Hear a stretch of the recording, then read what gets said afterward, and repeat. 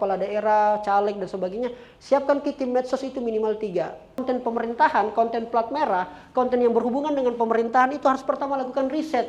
Kenapa? Bedakan konten kreator sama bedakan jurnalis. Semua platform ini untuk instansi plat merah harus dimasuki.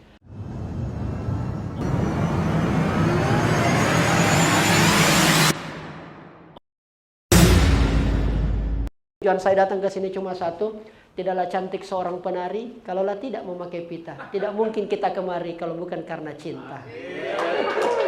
2022 tiba-tiba saya kaget dapat penghargaan dari Kementerian Hukum dan HAM. Posisi saya itu waktu itu lagi di Mamuju, Sulawesi Barat. Dapat undangan Ibu Bupati, Ibu Tina Suhardi untuk kemudian merayakan hari ulang tahun Mamuju melalui konten. Tapi saya tidak percaya undangan dari Kak Kanwil ini. Wah, PDF diundang ini. Wah Kak, kayaknya kita mau saja. Saya lagi sibuk padat konten ini. Tidak, ini diterima diberikan langsung oleh Pak Menteri. Saya bilang balik-balik kita ini pasti. Akhirnya karena saya tidak percaya, masa penghargaan begini Pak Menteri lagi yang harus urusi. Ternyata saya ditelepon, betul ini Pak Menteri. Mana randonnya? Saya tidak percaya. Dikirim random, betul Pak Menteri. Oke, pesan sama tiket kalau begitu. Saya OTW pulang dari Mamuju langsung sampai Makassar, besoknya berangkat ke Jakarta. Ternyata betulan. Ternyata Pak Menteri di gedung Pengayoman ya, kalau tidak salah. Saya masuk di situ, pemeriksaan ketat, dicolok lagi kita punya hidung.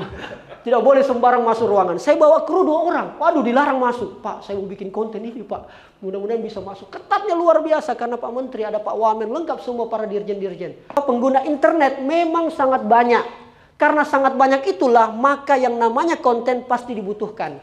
Selama kemudian ada netizen, selama itu pula konten dibutuhkan. Kalau tidak ada konten, maka tidak ada yang namanya netizen. Netizen itu siapa Kak? Representasi daripada masyarakat secara umum. Kira-kira gitu. Karena mau cari informasi. Makanya kita follow Makassar Info. Kita follow mungkin Tribun Timur. Kita follow mungkin kalau berbicara tentang kementerian, kita mungkin follow Kemenkumham RI. Karena mungkin tahu perkembangan apa yang udah bikin ini kementerian. Karena kita memang mau cari informasi. Semua platform ini untuk instansi plat merah harus dimasuki. Dan tidak semuanya harus disamakan. Sesuaikan. Dan itu ada teknik dan pelatihan khususnya. Kemarin Pemprov 2 tahun yang lalu, kalau saya tidak salah 1 tahun yang lalu, membuka lowongan pekerja mencari 3 konten kreator. Konten kreator, konten writer, sama konten analis. Ini saja sudah luar biasa. Dan itu sangat susah dicari di Makassar. Nah, oleh karena itu mudah-mudahan Rudeni Makassar ini bisa menjadi salah satu yang bisa menginspirasi instansi lain untuk kemudian bisa membuat konten yang lebih asik, yang lebih produktif. Ada kemarin saya lihat konten lewat di FYP saya, konten TikTok dari Kementerian Hukum dan HAM. Apa sih Pak kalau yang berhubungan dengan penjara-penjara, apa sih namanya? Dirjen Pemasyarakatan. Dia mereview, dia mereview baju yang dipakai oleh Denny Sumargo dalam film Miracle in Cell Number 7. Soal apa pangkat-pangkat di sini, bintang-bintang apa segala macam, dan FYP komentarnya banyak, like-nya banyak. Padahal ini konten tentang menjelaskan tentang baju yang dipakai oleh Denny Sumargo. That's why itulah konten yang saya maksud tadi, bahwa konten ini melihat perkembangan yang ada. Bisa masuk konten humasnya pemasyarakatan Kementerian Hukum dan HAM, tetapi dibuatkan semenarik mungkin. Nggak tahu kalau lewat di FYP-nya Bapak Ibu, tapi kemarin saya lewat nonton dan saya nonton sampai selesai. Saya pahami pangkat-pangkat di sini, kenapa ada warna merah di sini dan 2 bintang, itu berarti ini. Wah, luar biasa. Edukasi, tapi kemasannya ringan.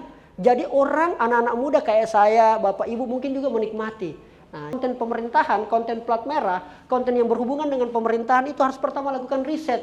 Kenapa? Bedakan konten kreator sama bedakan jurnalis. Itu beda izin Pak Arifudin. Beda sekali. Kalau jurnalis dia menggunakan kode etik, ada teknik-teknik mungkin menggunakan 5W1H. Kalau konten rata-rata tidak menggunakan teknik itu. Bikin aja. Tetapi yang kita harapkan oleh para admin, para humas, para editor dan konten kreator di lembaga, terutama di naungan Kemenkumham, kita berharapnya sederhana. Bagaimana menghasilkan konten yang juga ada berbau jurnalis. Itu yang paling penting.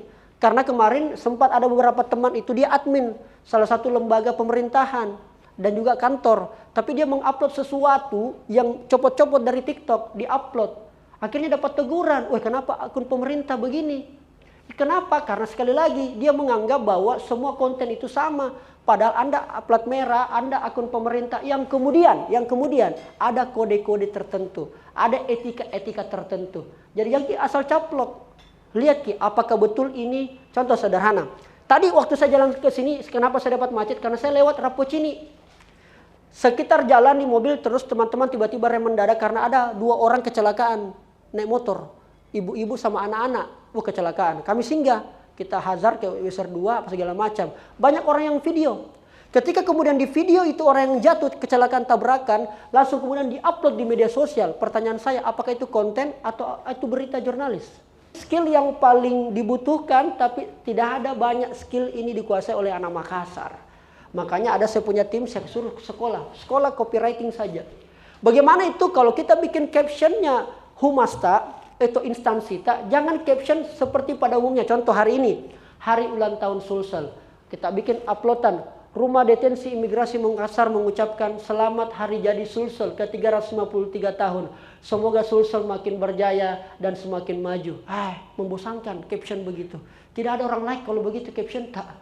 Bagaimana caranya? Saya minta seluruh warga untuk subscribe channel YouTube pemerintah kota misalnya. Subscribe channel YouTube wali kota misalnya.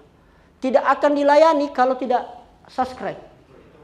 Itu yang pertama, sederhananya. Program yang saya mau buat, kalau seumpama ya nggak tahu lah, kita nggak tahu. Sebab ada Amin di sini atau dan sebagainya. Contoh sederhana, bertanyalah itu staf. Waktu itu saya latih para seluruh sekdis yang ada di Kabupaten Bantaeng waktu itu. Saya bilang saya akan lakukan begini dan para humas-humas. Yang pertama saya suruh subscribe dan itu menjadi syarat. Artinya apa? Kita paksa dalam tanda kutip untuk masyarakat langsung melek digital. Kalau misalnya diserang pemerintah Pak Rijal bagaimana? Sajikan konten-konten yang defensif, tim defensif siapkan.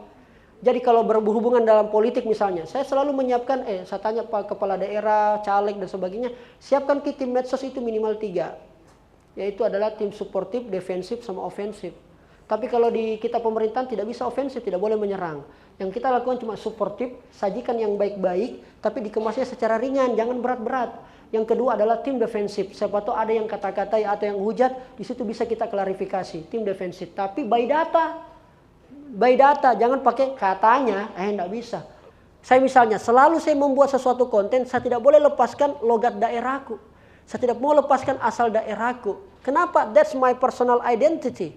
Itu ciri khasku. Kenapa penontonnya Bunda Korla yang kehidupan sehari-harinya di Jerman begitu banyak penontonnya.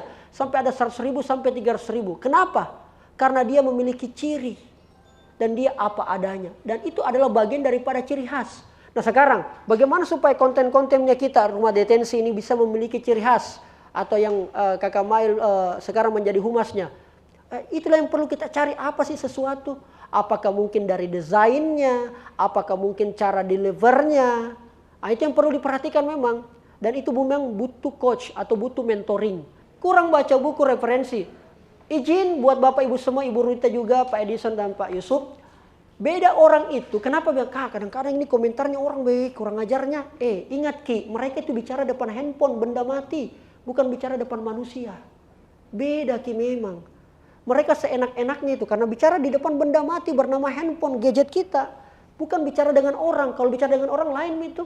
Kenapa ada orang bicara, no, viral. Akhirnya tiba-tiba, ya saya meminta maaf atas kejadian ini. Karena dia sudah bicara dengan polisi, dia sudah bicara dengan manusia, wartawan dan sebagainya. Banyak kan kasus-kasus viral kan, termasuk di Makassar. Kenapa tiba-tiba begitu? Literasi yang masih kurang. Kekuatan paling terbesar dari seorang konten kreator atau admin atau apapun itu adalah keresahan. Kenapa orang kemudian mau bikin lampu? Thomas Alva Edison. Karena dia ada keresahan, kenapa gelap sekali ini dunia? Bikinlah lampu.